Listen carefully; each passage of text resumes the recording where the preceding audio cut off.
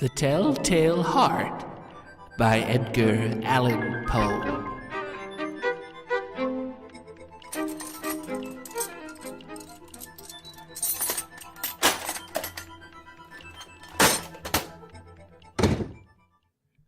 It's true. Yes, I have been ill. Very ill. But why do you say that I have lost control of my mind? Why do you say that I am mad? Can you not see that I have full control of my mind? Is it not clear that I am not mad? Indeed, the illness only made my mind, my feelings, my senses stronger, more powerful. My sense of hearing especially became more powerful.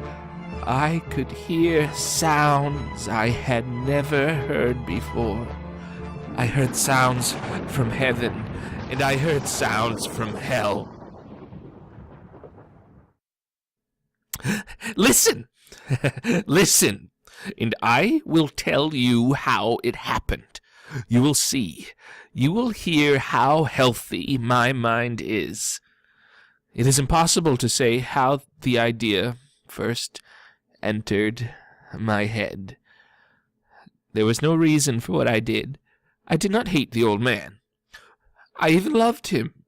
He had never hurt me. I did not want his money. I think it was his eye.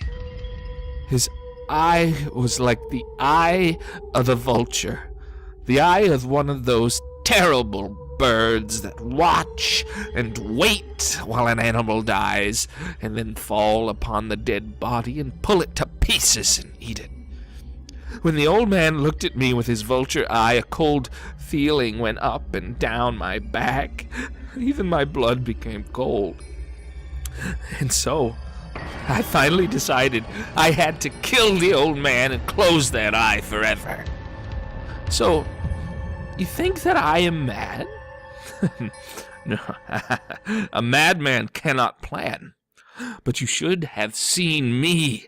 During all of that week, I was as friendly to the old man as I could be, and warm and loving. Every night, about 12 o'clock, I slowly opened his door, and when the door was opened wide enough, I put my hand in, and then my head. In my hand I held a light covered over with a cloth so that no light showed, and I stood there quietly. Then, carefully, I lifted the cloth just a little so that a single, thin, small light fell across that eye. For 7 nights I did this, 7 long nights. Every night at midnight. Always the eye was closed, so it was impossible for me to do the work, for it was not the old man I felt I had to kill. It was the eye, his evil eye.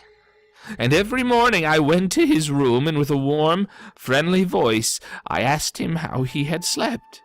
He could not guess that every night, just at 12, I looked in at him as he slept.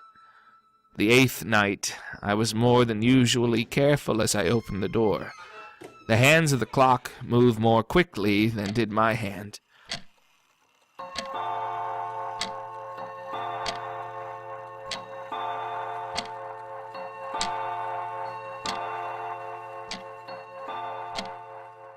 Never before had I felt so strongly my own power. I was now sure of success. The old man was lying there, not dreaming that I was at his door. Suddenly, he moved in his bed. You may think that I became afraid. Oh, but no. The darkness in his room was thick and black. I knew he could not see the opening of the door. I continued to push the door slowly, softly. I put my head in. I put in my hand with the covered light. Suddenly, the old man sat straight up in bed and cried, "Who's there?" I stood quite still. For a whole hour I did not move, nor did I hear him again lie down in his bed. He just sat there, listening. Then I heard a sound, a low cry of fear which escaped from the old man. Hello? Hello? Hello? Hello? Hello? Hello? Hello? Hello? Hello? Who's there? Who's there? Who is there? Who is there? Is anybody here? Who is that? What was that? What was that? What was that? What was that? What was that? What was that? What was that? What was that?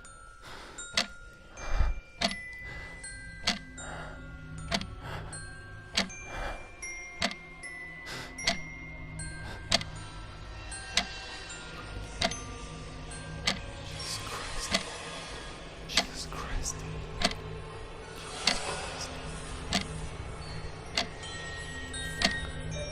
Fuck.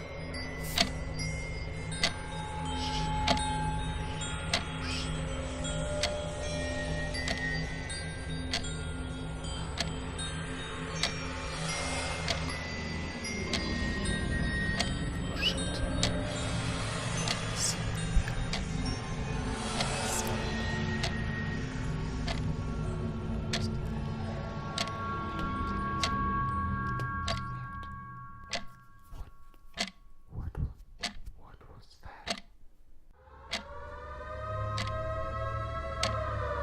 Now I knew that he was sitting up in his bed, filled with fear.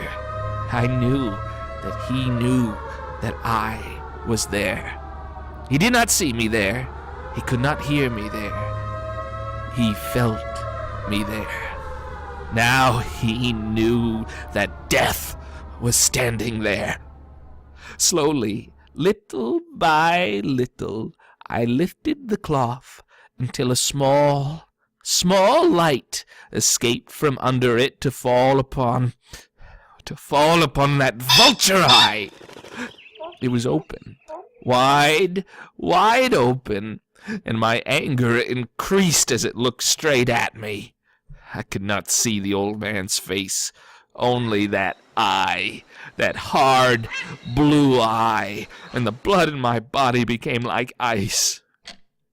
Have I not told you that my hearing had become unusually strong? Now I could hear a quick, low, soft sound, like the sound of the clock heard through a wall. It was the beating of the old man's heart.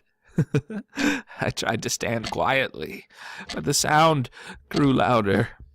The old man's fear must have been great indeed, and as the sound grew louder, my anger became greater and more painful. But it was more than anger. In the quiet night, in the dark silence of the bedroom, my anger became fear.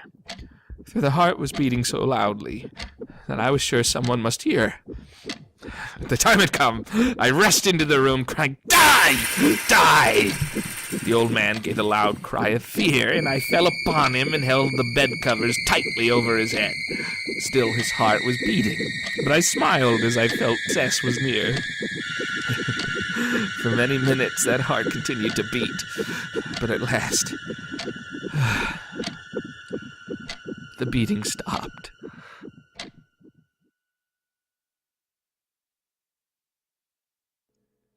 The old man was dead. I took away the bed covers and held my ear over his heart. Oh, there was no sound. Yes, he was dead. Dead as a stone. His eye would trouble me no more. So I am mad, you say? Oh, you should have seen how careful I was to put the body where no one could find it. First I cut off the head, then the arms, and the legs. I was careful not to let a single drop of blood fall on the floor. I pulled up 3 of the boards that formed the floor and put the pieces of the body there. Then I put the boards down again, carefully, so carefully that no human eye could see that they had been moved. As I finished this work, I heard that someone was at the door. It was now 4 o'clock in the morning, but still dark. I had no fear, however, as I went down to open the door. 3 men were at the door, 3 officers of the police. One of the neighbors had heard the old man's cry and had called the police. These 3 had come to ask questions and to search the house. I asked the policeman to come in. The cry, I said, was my own in a dream. The old man, I said, was away. He had gone to visit a friend in the country. I took them through the whole house, telling them to search it all, to search well. I led them finally into the old man's bedroom. As if playing a game with them, I asked them to sit down and talk for a while. My easy, quiet manner made the policemen believe my story. So they sat talking with me in a friendly way, but although I answered them in the same way, I soon wished that they would go. My head hurt, and there was a strange sound in my ears. I talked more and faster. The sound became clearer. And still, they sat and talked. Suddenly, I knew that the sound was not in my ears. It was not just inside my head. At that moment, I must have become quite white. I talked still faster and louder, and the sound, too, became louder. It was a quick, low, soft sound, like the sound of the clock heard through a wall. A sound I knew well. Louder it became, and louder. Why did the men not go? Louder! Louder! I stood up and walked quickly around the room. I pushed my chair across the floor to make more noise to cover that terrible sound. I talked even louder. And still the men sat and talked and smiled. Was it possible that they could not hear? No, they heard. I was certain of it. They knew. Now it was they who were playing a game with me. I was suffering more than I could bear from their smiles and from that sound. Louder! Louder! Louder! Suddenly I could bear it no longer. I pointed at the boards and cried, "Yes! Yes, I killed him! Pull up the boards and you shall see. I killed him! But why does his heart not stop beating? Why does it not stop?"